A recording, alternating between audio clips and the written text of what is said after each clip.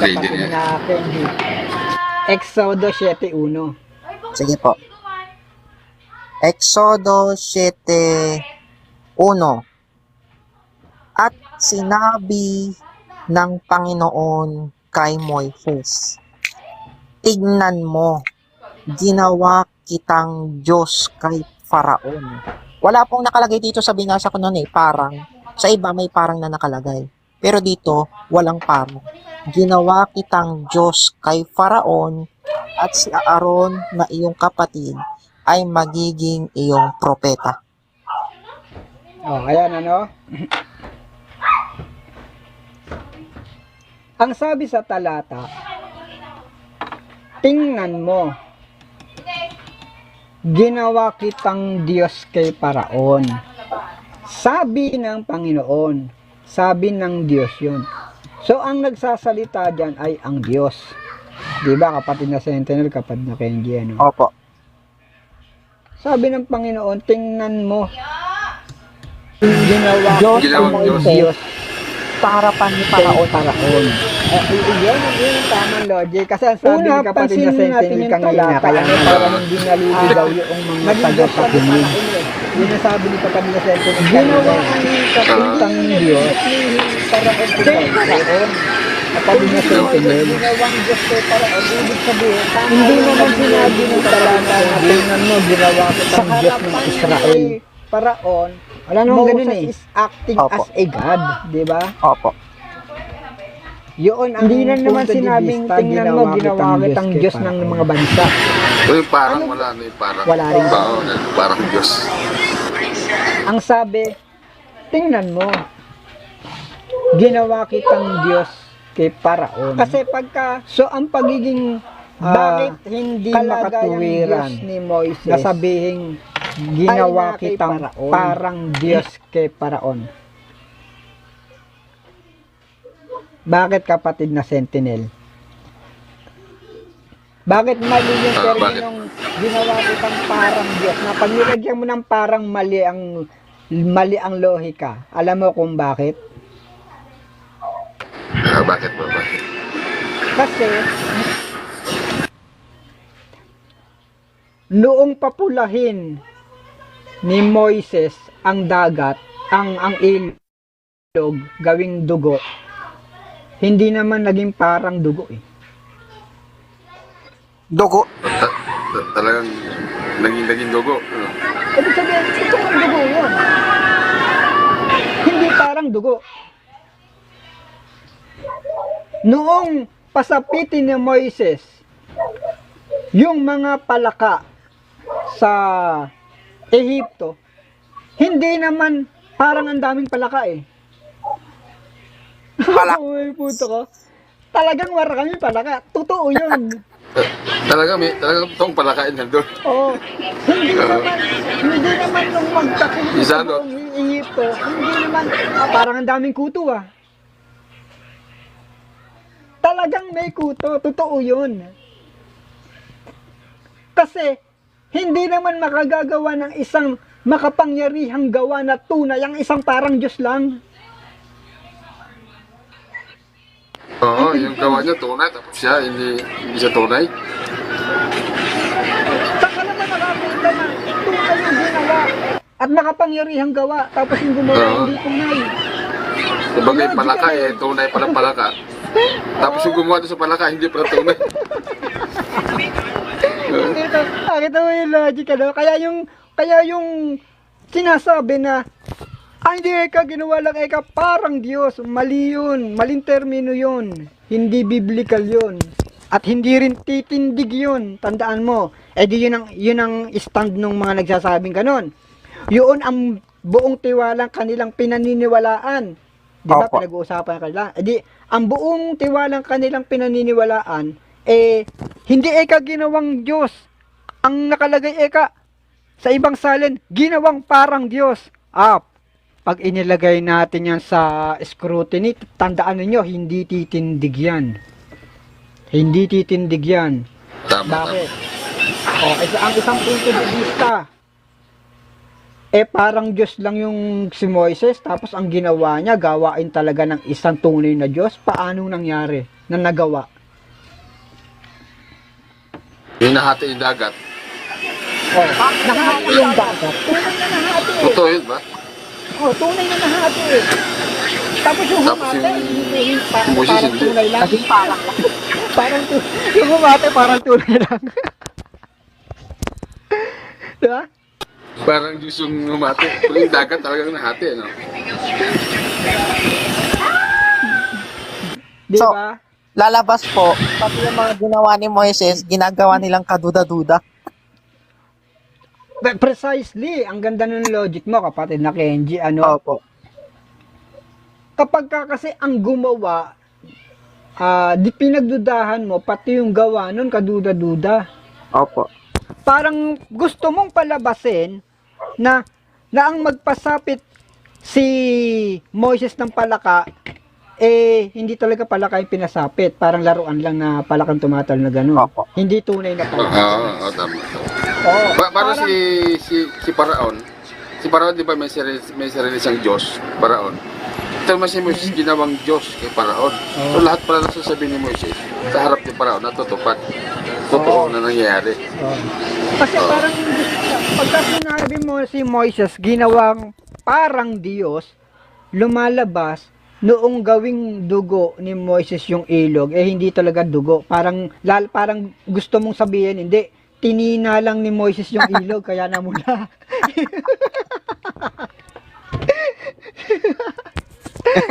Makes sense. Makes sense po. Ganun kapatid na Sentinel, kapatid na Kenji Opo. Kasi pinagdudahan mo yung pagka-Diyos ni Moises nang siya'y gawin di duda ka na rin sa lahat ng gagawin. At isa pa, yung nagsalita noon, tunay. Lalabas, nagsinungaling yung salita noon kung sabihin mo, hindi tunay yung sinabihan niya.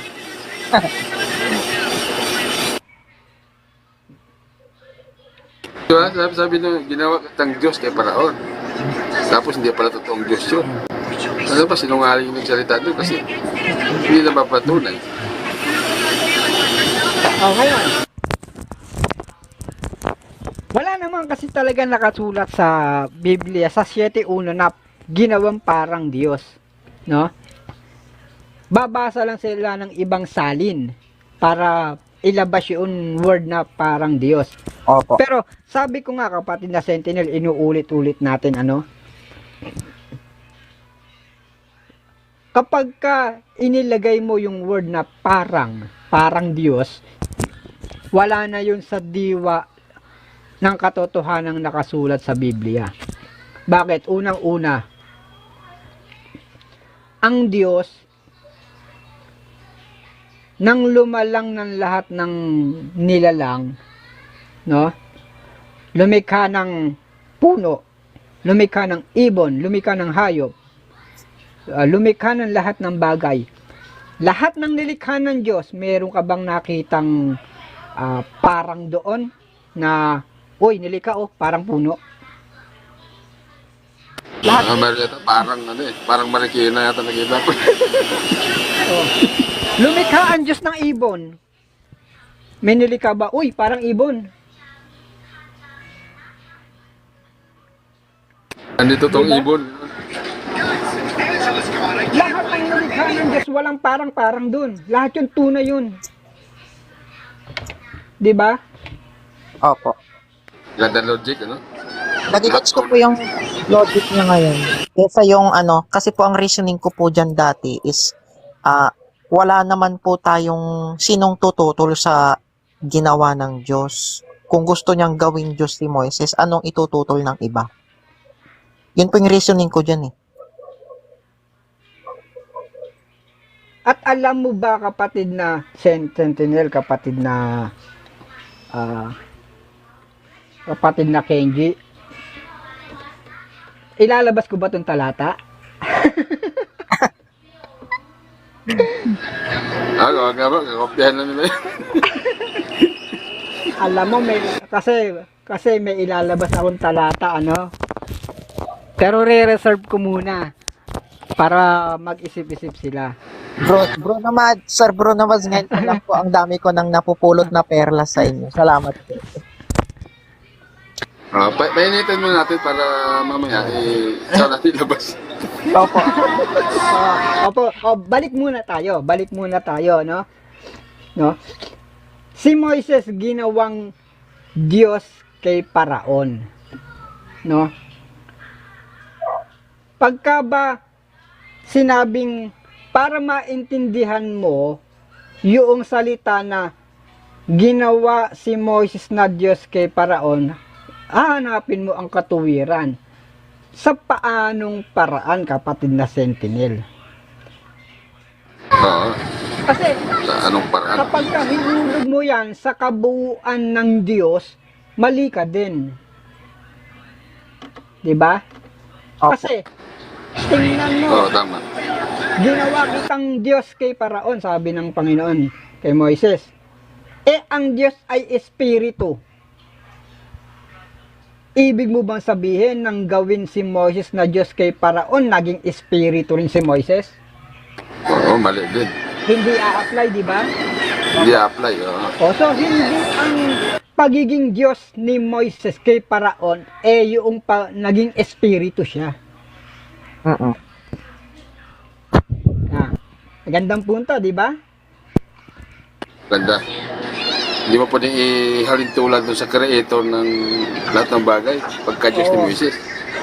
At hindi rin naman, sinabi narito, tingnan mo, ginawa kitang Diyos kay Paraon, ibig mo bang sabihin si Moises, lilikha na rin siya ng puno, ng ibon, magiging manlalalang na rin siya ng dagat, ng ano, ganun ba? Hindi rin eh. Oo, hindi rin. Sa paanong paraan si Moises naging Diyos kay Paraon? Sa paanong paraan? Di tingnan natin, ano ba yung nasa Diyos na kung saan pwedeng mapunta kay Moises upang si Moises malagay sa kalagayang Diyos kung paanong ang Diyos ay ganun din. Sa paanong paraan? Basa tayo, Lucas 1:23. 1:37 ng Lucas. Sige po. 37. Sabi sa 37, sapagkat walang salitang mula sa Diyos na di may kapangyarihan. Ayun, kapatid na Sentinel, ang linaw. Sapagkat walang salitang mula sa Diyos na di may kapangyarihan. Kapag pala ang salita mula sa Diyos, ang ibig sabihin, kapatid na Sentinel, mangyayari. Kasi walang salitang mula sa Diyos na di may kapangyarihan. Ibig sabihin, may pangyayari. Oo, at may pangyayari. Pag ang Diyos ang nagsalita, may pangyayari. Kaya, nang sabihin ng Diyos, tingnan mo Moises, ginawa kitang Diyos kay Paraon. Sa papaanong paraan, lahat Moises nang sasabihin mo, mangyayari. Opo, tama. Oo. Kaya nang sabihin ni Moises, payagan mo kami na sumamba sa aming Diyos. Pag hindi ka pumayag, ang ilog magiging dugo. Nangyari ba yung sinabi ni Moises nang hindi sila payagan? Nangyari po. Lahat ng Nangyari. sabi ni Moises, ano? Lahat ng Nangyari. sinabi ni Moises, nangyari sa harapan ni Paraon. Sa Iba pati kalagayan salot? yun, oo. Nangyari din. Kasi, sino ba ang makapagsasalot, kapatid na, sino ba ang may kapasidad makapagsalot? Ang Diyos ang may kapasidad makapagsalot makapagpadala ng salot Opo. Pero como si Moises, binigyan ng kapahintulutan kay Paraon na malagay sa kalagayang Diyos sa paraan na lahat ng sasabihin ni Moises ay may pangyayari. Kaya si Moises nakapagpapadala rin ng salot. Kaya kaya ang Ehipto sinalot ng maraming kuto, sinalot ng mga palaka, sinalot ng mga balang, etc. So, Si Moses ba nalagay sa kalagayang Diyos? Nalagay. Nung sabihin ni Moses na mahati ang dagat, nahati talaga, no? Opo. Kasi walang salitang mula sa Diyos na di may kapangyarihan. Yun yung clue. Susi. Yun ang Sid. Kaya, pag sinabi mo ngayon, babalik tayo. Ito na naman, babalik tayo. Kung ilalagay mo naman, kapatid na Sentinel, kapatid na Kenji, sa punto na si Moises parang Diyos, lalabas si Moises nagsasalita lang ng parang salita ng Diyos. Hindi totoo yung sabi niya. Kung yung sinasabi ng parang Diyos, parang salitang sa Diyos, ano ang repercussion nun, kapatid na ano? Parang ang pumapasok po kasi sa isip ko kapag ganun is 50-50 siya. Hindi, kapatid na Kenji. Kapag ka ang nagsasalita, parang Diyos lang, di ang sinasabi nun, parang salita lang ng Diyos. Kung ang sinasalita ng parang salita lang ng Diyos, ang salita ng Diyos na tunay, pagka sinalita, may pangyayari. Di yung nagsasalita ng parang salita lang ng Diyos, walang pangyayari yun. Walang pangyayari, hindi tunay. Basahin natin ang nasa Deuteronomio, kapatid na Sentinel. Pakihanap lang. Deuteronomio. 18 yata yun, o 18. Kung ang isang propeta ay nagsasalita ng salita ng Panginoon.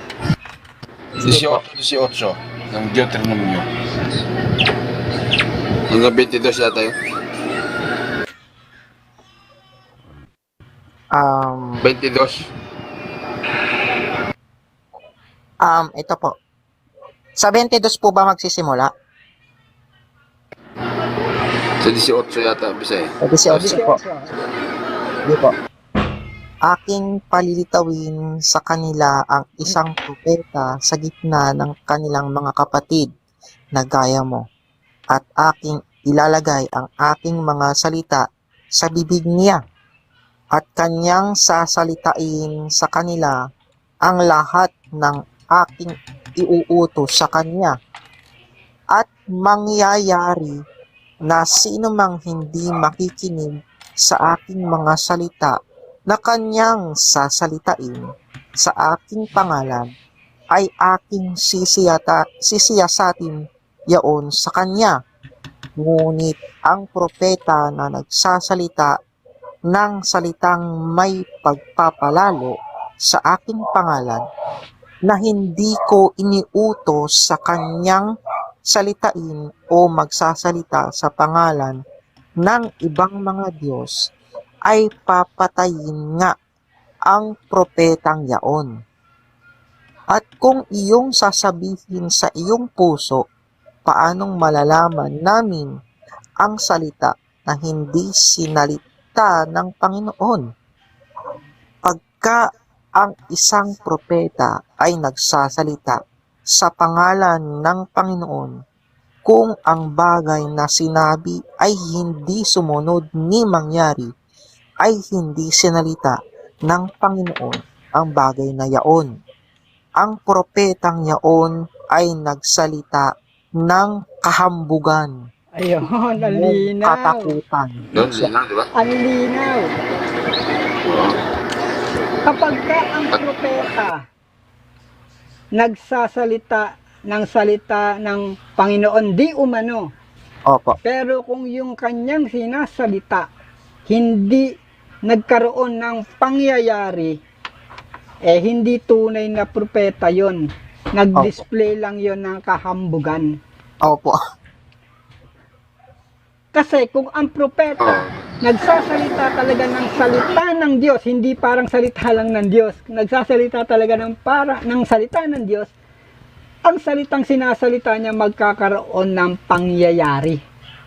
Opo. Kaya pala lahat ng sabihin ni Moises kay Paraon, nagkaroon ng katuparan, nagkaroon ng kaganapan. Lahat ng may sinabi niya. Oo, kasi hindi naman talaga parang Diyos si Moises noong panahon na yun, kundi talagang siya'y nasa kalagayang Diyos. For the reason na anuman ang sabihin niya, nangyayari. May pumasok sa isip ko, Bruno, no? Dito sa 18. Sabi diyan palilitawin ko sa iyong mga kapatid ay isang propetang gaya mo. At yun ay tumutukoy kay Kristo, lumalabas na lahat ng sabihin ni Kristo kung paanong si Moises ay Diyos kay Paraon at sinasabi ni Moises kay Paraon na karoon ng pangyayari. Ito pala kay Kristo, lahat ng sasabihin ni Kristo, nasalita din, meron din pangyayari at natutupad din. Tama. Parang ganun yung... Oo. Pero ilagay natin yan, kapatid na Sentinel, kapatid na Kenji, sa ibang pag-uusap para wag tayong mawala sa linya, no? Kasi that is another different topic na Another topic. napakaganda. So, ano po, in short, focus lang kay Moises muna. O, doon tayo muna sa 7 Okay, Moses muna tayo. Isusunod natin yung 18 hanggang 22 ng Deuteronomio sa ibang pagkakataon. Opo. No? Ngayon, kaya si Moises, maling sabihin na siya'y ginawa lang parang Diyos. Maling sabihin yun. Dahil hindi naman si Moises nagsasalita ng parang salita lang ng Diyos. Kundi, ang sinasabi ni Moises ay salita talaga ng Diyos na ipinag-uutos sa kanya na salitain niya. Opo. Or else, kung hindi naman totoong salita ng Diyos ang sinasalita ni Moises, hindi sana nagkakaroon ng pangyayari yung mga sinasabi niya sa harap ni Paraon. Diba? Kaya, ano ang nagpapatunay na si Moises nasa kalagayang Diyos? Yung pangyayaring sinasabi ni Moises sa harapan ni Paraon. Ngayon, ano ang punto? Ano ang punto? Basahin natin uli. Balikan ko lang ng konti, kapatid na Sentinel, kapatid na Kenji, ang Deuteronomio 18:22. Opo. Pagka ang isang propeta ay nagsasalita sa pangalan ng Panginoon, kung ang bagay na sinasabi ay hindi sumunod ni mangyari, ay hindi sinalita ng Panginoon ang bagay na yaon. Ang propetang yaon ay nagsalita ng kahambugan. Tingnan mo ha. Tingnan mo, kapatid na Sentinel, yung first sentence. No? Kung ang isang propeta nagsasalita ng salita ng Panginoon. Opo. No? Kasi ang karugtong negative kung hindi mangyari. 'Di ba? Opo. Pero kung ang isang propeta nagsasalita ng salita ng Panginoon, may pangyayari, sa madaling salita. No? And tingnan mo yung termino, napakaganda. Kung ang propeta nagsasalita sa pangalan ng Panginoon. Hindi naman sinabing kung ang parang propeta nagsasalita sa pangalan ng Panginoon. O kaya, kung ang tunay na propeta nagsasalita sa pangalan ng Panginoon. Walang word na parang Wala ring word na tunay No? Wala rin. Wala rin. Ano ang punto natin? Doon muna tayo sa word na parang.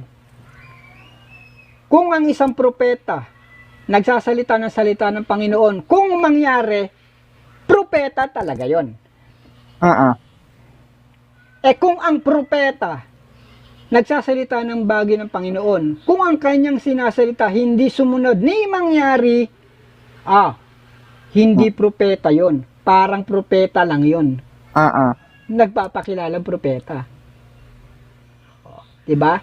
Oo, yung kaganapan yun, yung magpapatunay na parang o hindi to. Hindi yan. Hindi ko pwedeng sabihin sa'yo na ikaw, kapatid na Sentinel, kapatid na Kenji, hindi ko kayo pwedeng sabihin para kayong tao.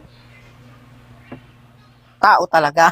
Tao talaga kayo Oo, nangyari na nga, tao na nga At kung tao na kayo, kailangan ko pa bang laging idugtong na kayo'y tunay na tao? Hindi na eh. Lalagay mo pa. Para bang duda sa pagkatao. Tao na nga, tapos talaga pa ng tunay. Baka naman ang nasa loob mo, kapatid na Sentinel, manikin. Kaya parang tao ka lang. Oo.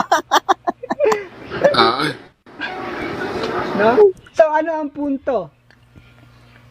Kapag ka ang propeta, di propeta, hindi yan parang propeta kasi ang isang propetang nagsasalita sa pangalan ng Panginoon, pagka nangyari, hindi yan parang propeta. Propeta talaga yan. Ngayon, kung ang isang nagpapakilalang propeta, nagsasalita sa pangalan ng Panginoon, pero ang nangyari, ang sinasabi, hindi sumunod, ni mangyari, hindi propeta ng Panginoon yun. Parang, Kundi yun, parang propeta lang. Nagpapakilala siyang propeta. Diba? Ibig kasi sabihin nung parang, that is synonymous doon sa kabaligtaran eh. Diba? parang, Doon sa hindi talaga kabaligtaran. propeta. wala kang credibility, walang concrete na parang, Oo. Kaya doon sa sa punto na kapag ka sinabing propeta at ang sinasabi nangyayari, hindi mo tatawagin parang propeta yun. Propeta talaga yun. 'Di ba?